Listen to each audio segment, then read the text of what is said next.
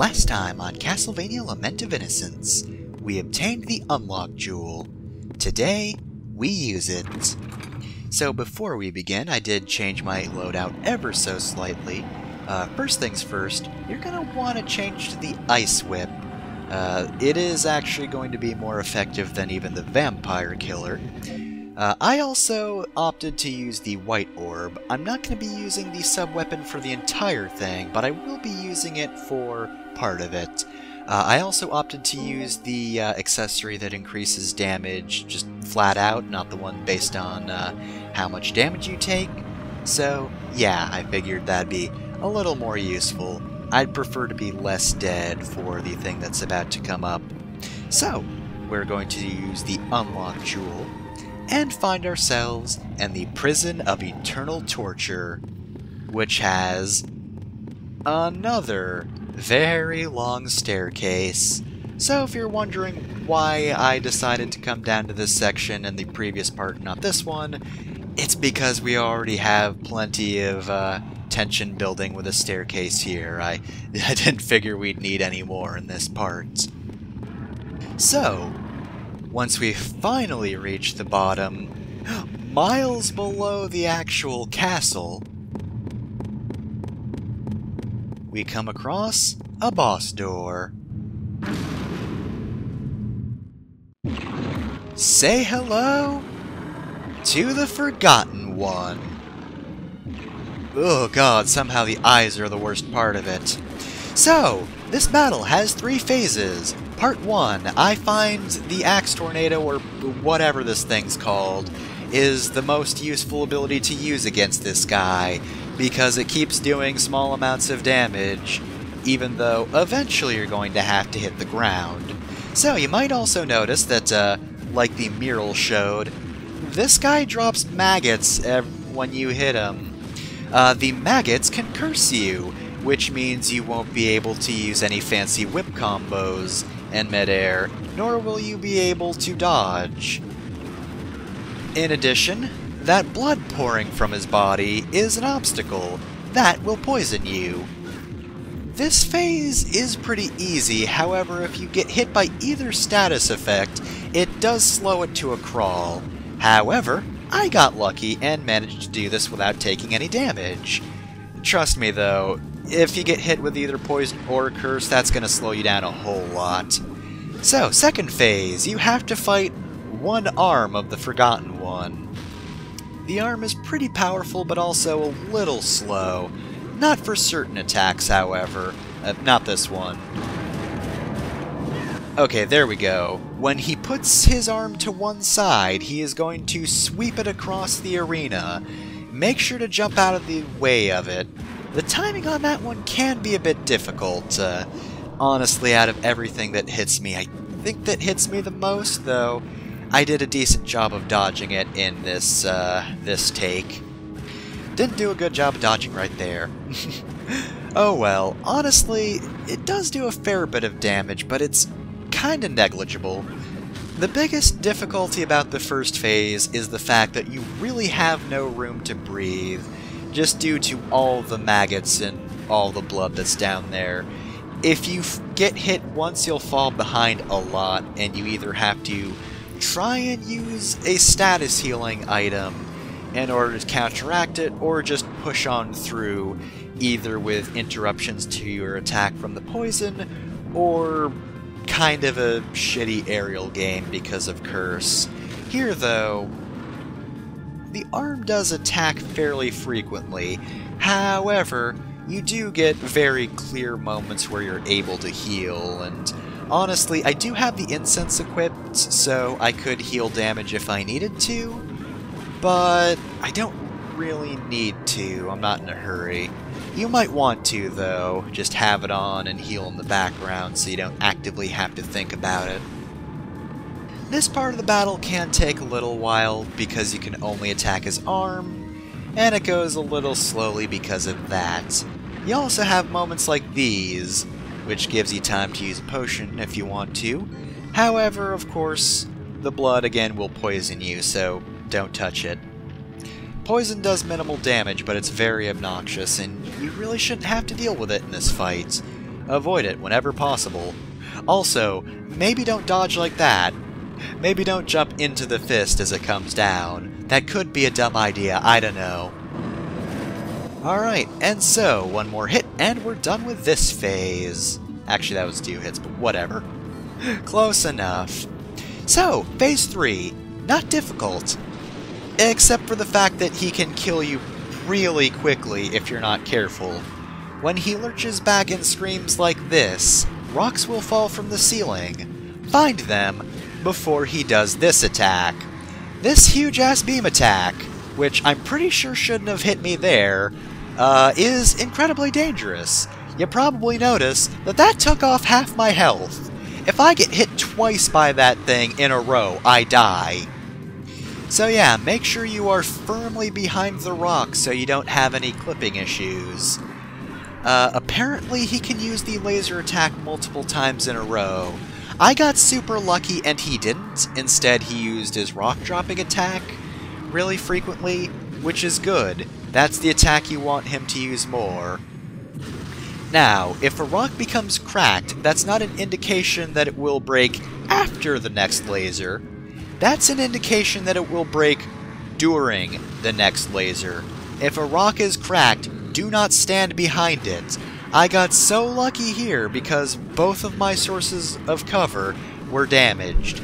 Oh, and by the way, I should mention, sub-weapon, super useful for the first phase, a little too slow for the second.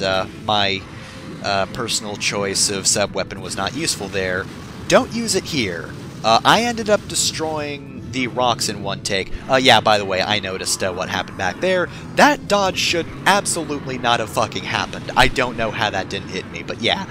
In one take, I did use a sub-weapon, and it destroyed a rock, and let me tell ya, the reason that take failed was because I had no rocks to hide behind. Anyway, our reward for killing the Forgotten One is the Black Orb. Yeah, that's right. That empty slot at the bottom? That's not there so you can unequip all orbs. That's there because there's another orb. And you get to do this with the axe. That rules. I love that move. So, yeah. By the way, if you do want to unequip all orbs, just press in the stick when you have that menu open. Anyway, though, yeah, that's the Forgotten One, the secret super boss of the game. Honestly, he's really not that difficult.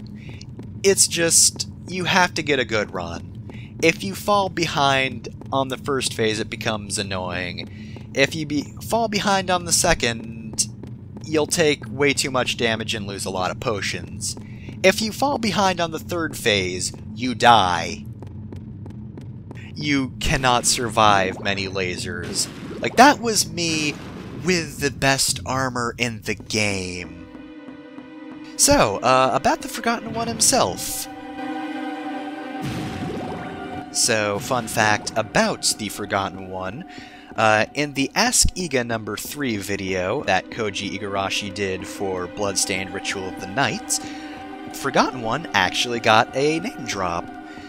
One of the questions Igarashi was asked was about his favorite or most memorable boss. He did answer his favorite boss, which wasn't Forgotten One. However, Forgotten One is the most memorable. According to Iga, I'd have to say my most memorable boss is actually from a 3D title, the Forgotten One from Lament of Innocence. People were quite shocked at how disturbing it was. Even the rating got bumped up to mature. That one was a doozy to get through, so I'll never forget it.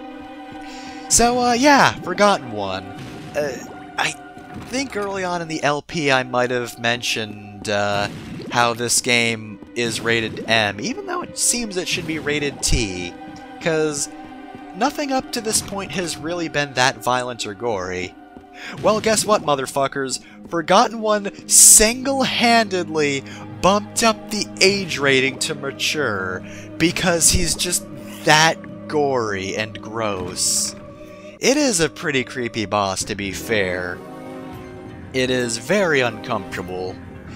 Extremely gory, you have to tear him apart. I totally get it. But conceptually, I just think Forgotten One's kinda neat.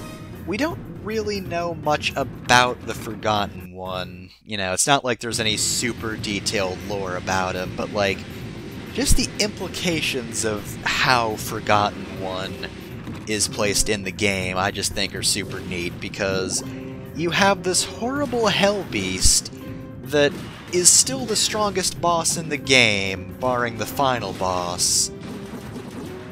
And it's that strong despite the fact that it has no legs and is missing an arm, and maggots are chewing through it.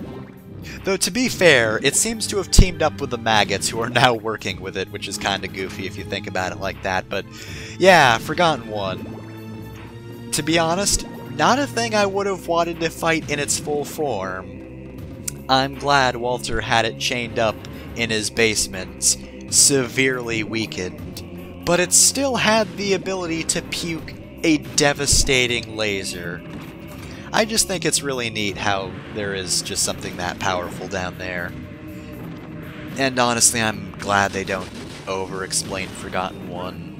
Apparently it's in Lords of Shadow, but that's a different universe anyway, so I'm going to ignore it because I have not played Lords of Shadow and I know nothing about it, so whatever. It's probably a different Forgotten One anyway. But again, yeah, I just think it's super neat that you have an incredibly powerful monster that that's origin is shrouded in mystery, I want to say, though. To be fair, how much of a mystery could there be around Forgotten One? I feel like it's a little bit self-explanatory. Big monster, shoots laser, would have been pretty big if it wasn't already torn apart. Is actually still pretty big despite being torn apart. Did I mention Big Laser? I should mention Big Laser. Is also a friend to all maggots, though. That may have been a post being in a complete form thing. I don't know if the maggots would help a normal Forgotten One. But yeah, just big scary monster. Really, it's just kind of self-explanatory. I could see how anyone would want to tear that thing apart. I don't know why Walter was keeping it in his basement. It was either out of fear, or he just wanted Forgotten One just for the sake of a power play. Who knows? What I do know is, the Forgotten One is dead. And now that we're done putzing around killing the final non-Walter monster, I think it's about time we move on to fight Walter.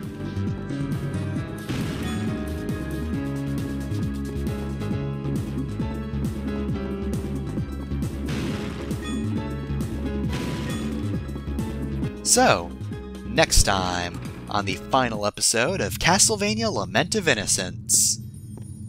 Well, it's a little late to save her girlfriend, but we can still punch a vampire that is not only still viable, but is in fact more viable than it was before, now that we have Vampire Killer.